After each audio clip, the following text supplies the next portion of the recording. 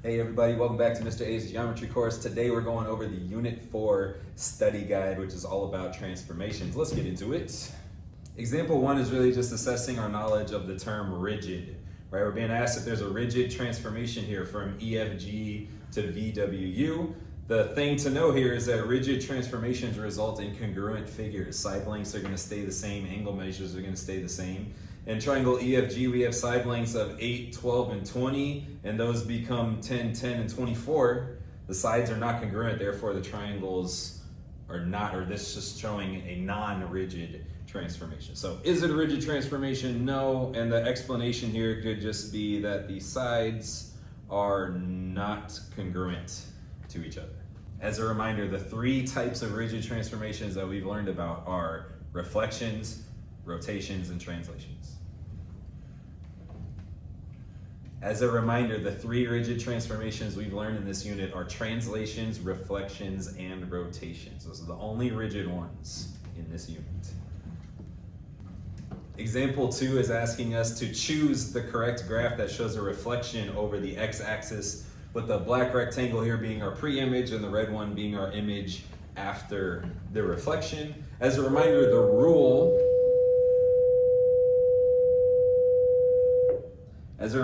rule for any transformation in the x-axis is that the y-coordinate is going to change its sign. So the x-coordinate stays the same, but the y-coordinate would go from positive to negative or negative to positive, right? If we look at this graph, we can just hone in on one point and see what the correct image location should be. So point R, for example, on our pre-image is located at -1, +4. If we follow that function notation, we should get R prime located at -1, -4, right? And that only occurs on one of these options, which is option A. That shows us a reflection over the x-axis. We don't have to know function notation to do this. We could just use graph paper and graph QRST, our pre-image, and just do the reflection ourselves and pick the correct answer from there.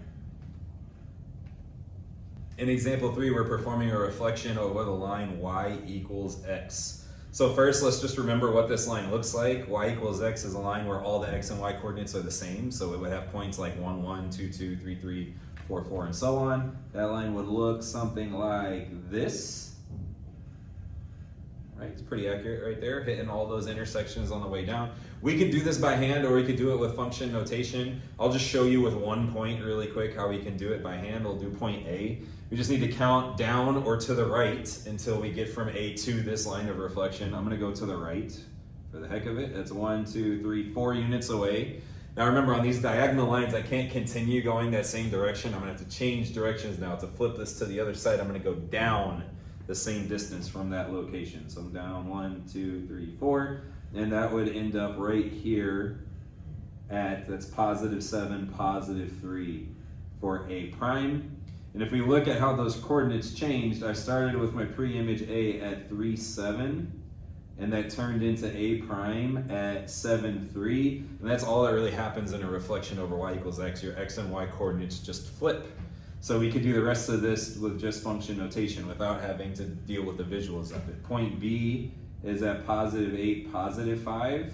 So B prime would end up at 5, 8. Point C on our pre-image is at +9, -3. So C prime would end up at -3, +9. So 5, 8 for B prime is right there. -3, +9 for C prime is right there. And this would be our reflection graphed for a reflection over y equals x. In example 4, we have to find the coordinates of the vertices here on our pre-image and then translate it with a vector of -4, -2, -4, -2. First of all, the vector is going to be a translation transformation. So that's when we're going to slide all of our points. And that vector tells us how far to slide in what direction. So -4 for the x means that we're going left 4. And -2 for the y means we're going down 2. So we're simply taking all of these coordinates and going left 4 and down 2. For example, if I call this top left one point A, then I could just count 4 to the left and 2 down to find A prime. So 1, 2, 3, 4 to the left, 1, 2 down, and there would be A prime. I can also do this just with function notation without having to actually count on my graph. And that's what I'm gonna do for the rest of this. So I'm gonna label the top right, point B, bottom right, point C, bottom left, point D. And I'm gonna do all those same things. So B started that's at 5, 4. And what we can do here now is just take that X coordinate and subtract it by 4. I can take that Y coordinate and subtract it by 2, and that will lead me to the location of B prime. So 5 minus 4 gives me positive 1. 4 minus 2 gives me positive 2. So B prime would be located at 1, 2. Right there. B prime. Do the same thing with point C. Point C is located at 4, 1. That'll translate to C prime by subtracting 4 from my X coordinate. So 4 minus 4 gives me to 0. 1 minus 2 from my Y coordinate gets me to negative 1. So C prime would be at 0, negative 1, which is right there. And then do the same thing with point D. Point D is located at 2, 1. 2 minus 4 would give me negative 2 for my X coordinate. 1 minus 2 gives me negative 1 for my Y coordinate. That's negative 2, negative 1. Right there would be D prime. And here is my image after a translation of negative 4, negative 2.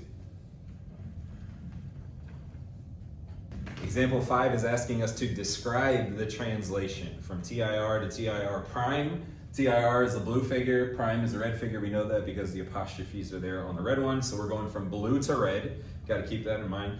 And again, we can do this by hand, or we can do this by looking at the coordinates with function notation. By hand is maybe the easiest and most intuitive. So to get from point I to point I prime, we're going right and then down.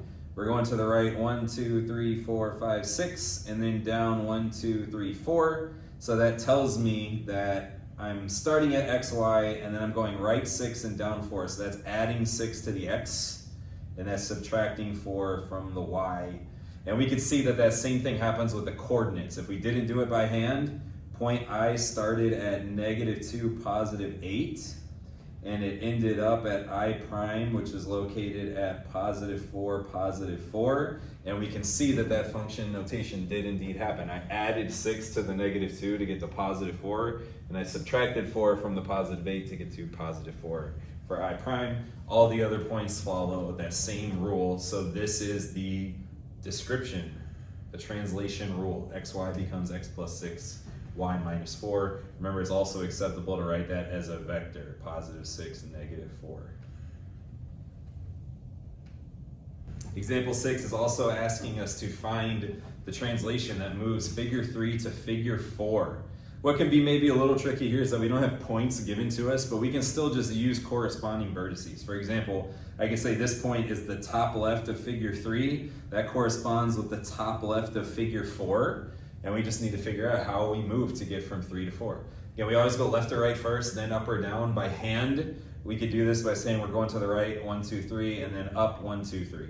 And the function notation for that, right 3 would be adding 3 to the X coordinate, and then up 3 would be adding 3 to the Y coordinate. So that's X plus 3, Y plus 3. We could do the same thing looking at the coordinates. This starts at negative 4, positive 1. That's this point right here. And that ends up at negative 1, positive 4. And again, that's just adding 3 to both of the coordinates. Negative 4 plus 3 gets me to negative 1. 1 plus 3 gets me to positive 4. Remember, this can be written as function notation like this. We could also write that as a vector. Positive 3 would also be an acceptable translation rule. In example 7, we're going over rotations here. So we need to do a 180-degree rotation about the origin. About just means the same thing as around. It just means the origin is our center of rotation, and we're turning around that. 180 degrees means the direction doesn't matter. Clockwise or counterclockwise is going to be the same exact thing. And remember, the function notation for 180-degree rotation is pretty simple if you can memorize it. It's just changing the signs of your coordinates. Simple as that. So for this example, we don't have vertices labeled, so we can just do that ourselves. I can call this top point A, this bottom right one point B, where this right angle is can be our point C. Point A starts at 2, 5. Therefore, A prime would be located at negative 2, negative 5. just changing the signs of our coordinates. So that would be located right there, A prime, right? B is located at 5, 2. So B prime would be located at -5, -2. So it's left 5 down 2. Let's see, it's 1, 2, 3, 4, 5 down 2 right here. That's B prime. And then point C was located at 2, 2. So C prime would be located at -2, -2, which is located right here. There's C prime, and this would be our image after 180 degrees of rotation around the origin, right? Now, this can also be confused with the reflection over y equals x, so I have to be very careful when we're describing these transformations. 180 degrees can get confused with those y equals x lines, so just be careful. Remember, if you think it's a reflection, the midpoints between your pre-image and your image need to all be on the line of reflection. That would not occur here. All these midpoints would not be located on the line of reflection. In fact, all the midpoints of these would be the origin at 0, 0. To be a hint that it's not a reflection. This is a rotation instead. Remember, there's also a way to perform these rotations by hand by turning your paper. So 180 degrees would just be turning your paper upside down, then recording where your shape is once you've turned your paper. And that figure would be exactly here where these points are. So if you turn your paper and pretend you didn't turn it at all, then point C would be 2 to the left and 2 down from the origin. So you would just remember that, bring your paper back normal from the origin, go 2 left, 2 down, and you can graph your points, and you just do that one at a time, and you would get this same location. In example 8, we have to choose the graph that shows a 270 degree rotation. Now remember, if it doesn't give you direction, then we always go counterclockwise.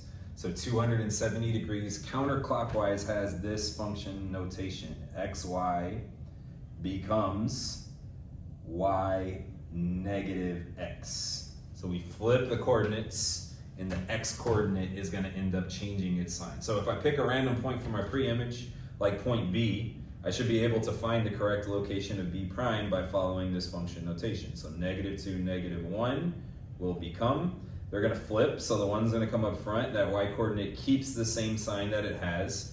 The x coordinate is the one that changes its sign, so it would go from -2 to +2.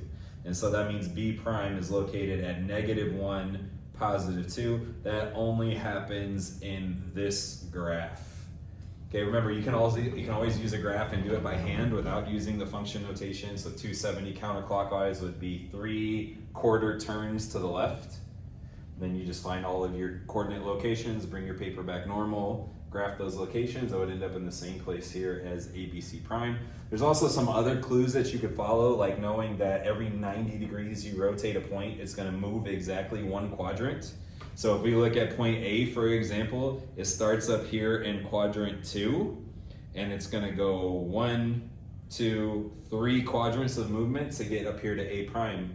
That's 270 degrees counterclockwise. And you'll notice that that doesn't happen on any of the other graphs. So you know A should end up here in quadrant 1, and point A is not in quadrant 1 for any of the other options here. Therefore, C has to be the correct option. In example 9, we're doing a composition of transformations, which just means we're doing more than one change on the same graph. So we're first going to do a reflection over the y-axis, then we're going to rotate it 90 degrees, right? Doesn't say which way to go, so it's going to be counterclockwise. So to start with the reflection, we could do our function notation rule, which is that xy becomes -xy. So any reflection in the y-axis will just change the sign of our x coordinate. So if I start with point A, we're located at +1, -4. That'll get me to A prime, where I just change the sign of that x coordinate. So from +1 to -1, A prime would be located at -1, -4, which is right there. We can also do these by hand. If I just make that line of reflection stick out, I just need to count how far away my points are from that line and just flip them to the other side. For example, point B is 1, 2, 3, 4 units away from the line. So from that same spot, 1, 2, 3, 4 units to the other side would get me right here for B prime.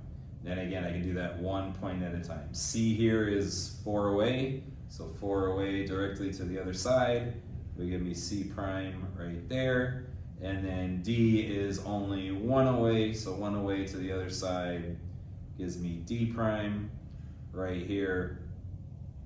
And this would be our image after our first transformation, the reflection over the y-axis. From here, we have to take this new figure now and rotate it 90 degrees. It didn't tell us which way to go, so we have to go counterclockwise.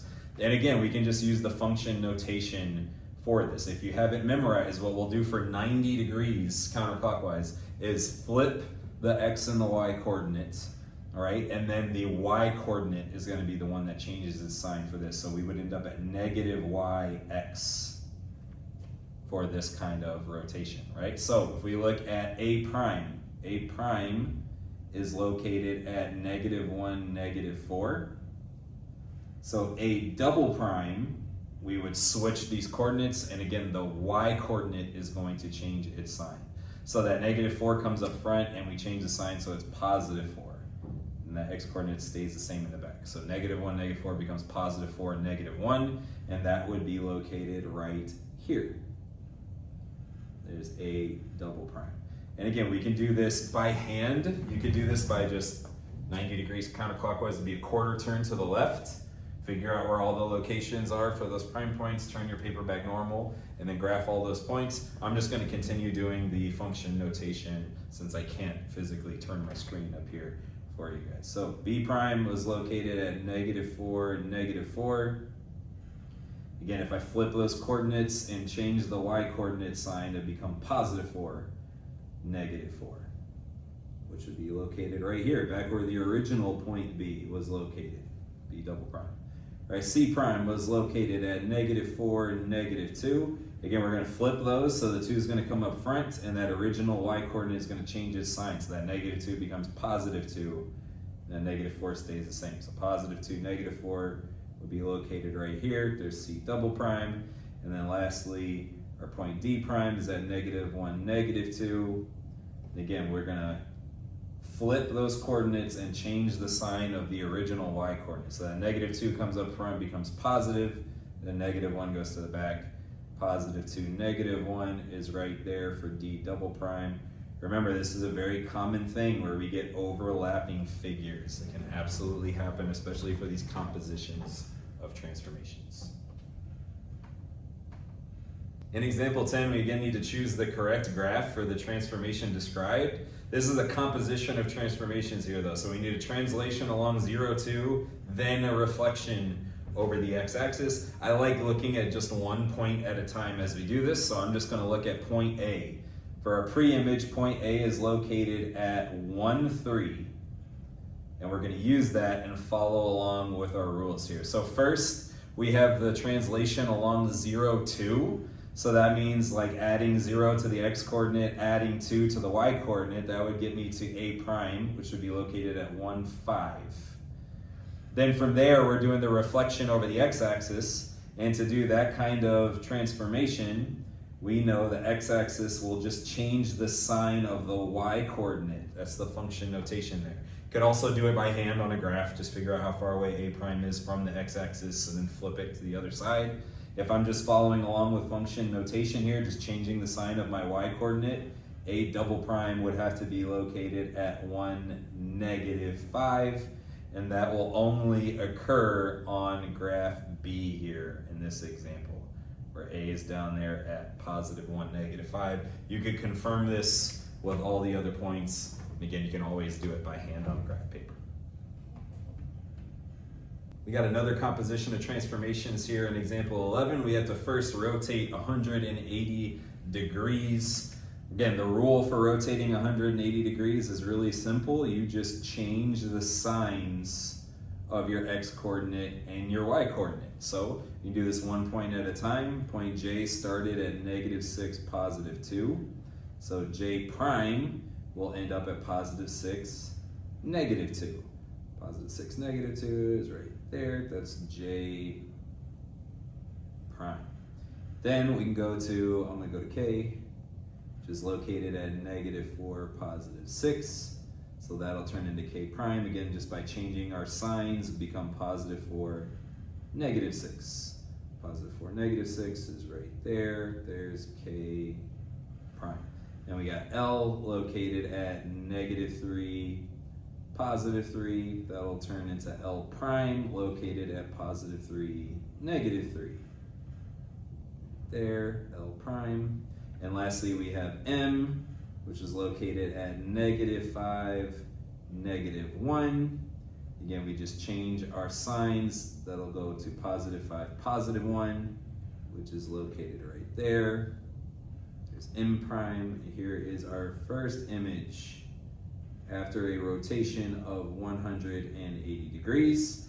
Next, we have to translate it with the rule negative 4, positive 2. I can even continue this function notation that I have up here now and just say what I'm doing now is subtracting 4 from the x-coordinate, adding 2 to the y-coordinate. We could also do that by hand. I'm going to show you by hand first with point J, or J prime I should say. So negative 4, positive 2, we have to know that means left 4, up 2. So from J prime, if I go left 4, 1, 2, 3, 4, and then up 2, 1, 2, and I end up right there at 2, 0. We'll do this one in red. That's where J double prime would be located. I could absolutely do them all by hand like that, or I could just show you how that works here with function notation by subtracting 4 from my x-coordinates, adding 2 to my y's. 6 minus 4 would get me to J double prime's x-coordinate, which would be positive 2. Negative 2 plus 2 gives me 0. That's exactly where J double prime is, at 2, 0. If I do the same thing with K prime, that'll give me to K double prime. So minus 4, 4 minus 4 gives me 0. Negative 6 plus 2 gives me negative 4. So K double prime needs to be a 0, negative 4. That's right here. Again, if we did that by hand, left 4, up 2, that would be the exact location for K double prime.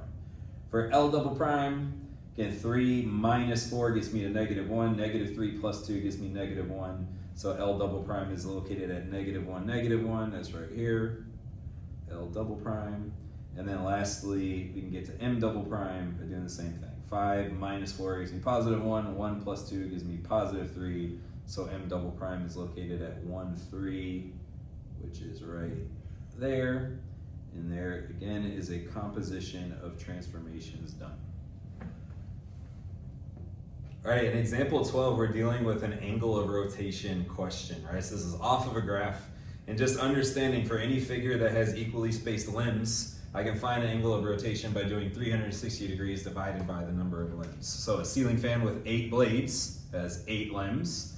So I can find the angle of rotation here by doing 360 divided by 8, which is 45 degrees. So that means to get one blade to the position of the next blade, I just need to turn the fan 45 degrees and they'll be in the exact same position. All right. What's tricky with this kind of questions is if we're not going to the adjacent blade. So if I need to go from like 1 blade to 3 blades over, well, now we just need to understand how many of those 45 degree turns would have to happen. So drawing a figure can always help you with that. You can always just number your blades. So if I need to go from the first blade to the 4th blade, that would be going 1, 2, 3 turns. So it would just be 45 degrees times 3. That would be 135 degrees of rotation. All right, so just keep that in mind. If you're just going to the next blade, it's a single angle of rotation. If you're going a few blades over, drawing the figure might help you to figure out how many of those single rotations have to occur to get you to that location. In example 13, we're being asked if the figure has rotational symmetry. This doesn't really have anything to do with lines of symmetry, whether or not we get mirror images or not. It really just matters if we have congruent limbs or not. So we can see there are 4 limbs protruding from the center of this figure. They all appear to be congruent in size, therefore it would have rotational symmetry. We would just do 360 divided by that number of limbs, and that would give us 90 degrees as the angle of rotation here for this figure. In 14, we're being asked about lines of symmetry. So this is not angles of rotation anymore. This is just, is there a line where I can get mirror images on either side of it? And hopefully you can tell we would have a horizontal line of symmetry through this figure where we have mirror images on top and bottom. There's no other line that I could draw on this figure to get a line of symmetry. So that's one line of symmetry on this figure. Remember, the important thing to remember in this unit is for regular polygons, they will have the same number of lines of symmetry as they do sides. So for example, an equilateral triangle has 3 sides, therefore it would have 3 lines of symmetry. Square has 4 sides, it would have 4 lines of symmetry. A regular pentagon with 5 sides would have 5 lines of symmetry. Our last few examples here are covering dilations, and our first one's asking us to describe a dilation that has occurred. Right, if you can't see well, this is our pre-image here, ABC. We have ABC prime as our larger triangle here. So this is a dilation because our figure grew or shrunk in size. We would specifically call it an enlargement, all right, because it got bigger. But we can also just say it's a dilation, and we just need to figure out what the scale factor is. How much larger did it grow? And remember, we can always find scale factor by taking something from our image and dividing it by something from our pre-image, right? For example, corresponding sides can help us out there. For example, if we look at side AB on our image, that's this side, AB prime, and we can count how long that is. 1, 2, 3, 4, 5, 6 units long. So that's something from our image. And we put that over the corresponding length from our pre-image, AB, which is only 2 units long. 6 divided by 2 is 3. Therefore, we can say this is a dilation with a scale factor of 3. Figure got 3 times larger. In example 16, we're asked to graph triangle LMN here, which I've already done, and we're going to dilate this thing with a scale factor of 4, and the center of our dilation is going to be the origin. So that means a few things. If the scale factor is 4, our shape's going to get bigger because the scale factor is more than 1, so this is an enlargement. And the number 4 means our shape is going to be 4 times as large as it is now. So all the sides will quadruple in length. And our points will also get 4 times further away from the center of dilation. So they'll all be 4 times as far from the origin, right? The function notation of this is simple. Remember, what we do with the dilation is we multiply our coordinates by the scale factor. So xy would become 4x, 4y. So we'll just do this 1 point at a time, starting with point L is located at 2, 2. To get L prime, we just multiply those coordinates by 4. So 2 times 4 gives me 8. Again, our y coordinate's also 2, so 2 times 4 there gives me 8. So L prime would be located at positive 8, positive 8. That would be right there. M was located at negative 1, positive 2, and if I multiply both of those by 4, negative 1 times 4 gives me negative 4, 2 times 4 gives me positive 8, so M prime is at negative 4, positive 8, which is right there, M prime. And then lastly, we have point N, which is located at 0, negative 2. Again, multiplying both of those by 4. 0 times 4 is 0, negative 2 times 4 is negative 8. So N prime would be here at 0, negative 8. And we can just connect those vertices, and we have our image after a dilation with a scale factor of 4. In our last example here, we have a dilation with a scale factor of 2/5. So this time scale factor is less than 1. It means we're going to have a reduction. Our shape needs to get smaller. And again, our function notation will simply show us multiplying our coordinates by that scale factor. So we need 2/5 of x and 2/5 of y to find our image. So starting with point R, which is located at negative 10, positive 10, we can multiply both of those coordinates by 2/5 to get us to R prime. And to multiply by a fraction, you just multiply by the numerator, divide by the denominator. So we would do negative 10 times 2 divided by 5, which would give me negative 4. And then for the y coordinate, 10 times 2 divided by 5 would give me positive 4. So R prime would be located at negative 4, positive 4, which is right there. S was located at 0, 5. We know if we multiply anything by 0, then the result is 0, so the x coordinate is going to stay at 0. 5 times 2/5 would be 5 times 2 divided by 5, which is positive 2. So S prime is at 0, 2. And then lastly, we have T located at negative 5, negative 5. Multiply both of those by 2/5. Negative 5 times 2 divided by 5 would give me negative 2. Negative 2 again for our y coordinate. So T prime is located at negative 2, which is right there. Remember that this kind of thing will happen with dilations. You can connect your image and pre-image to the center of dilation. They would all be on the same segment. So our center is the origin. If I do a straight line from the origin to S, S prime's on that line. Straight line from the origin to R prime's on that line. Straight line from the origin to T prime would also be on that line. That happens for all dilations. Guys, that wraps up our study guide for Unit 4 on transformations. I hope you study well. See you in the next video. Bye, guys.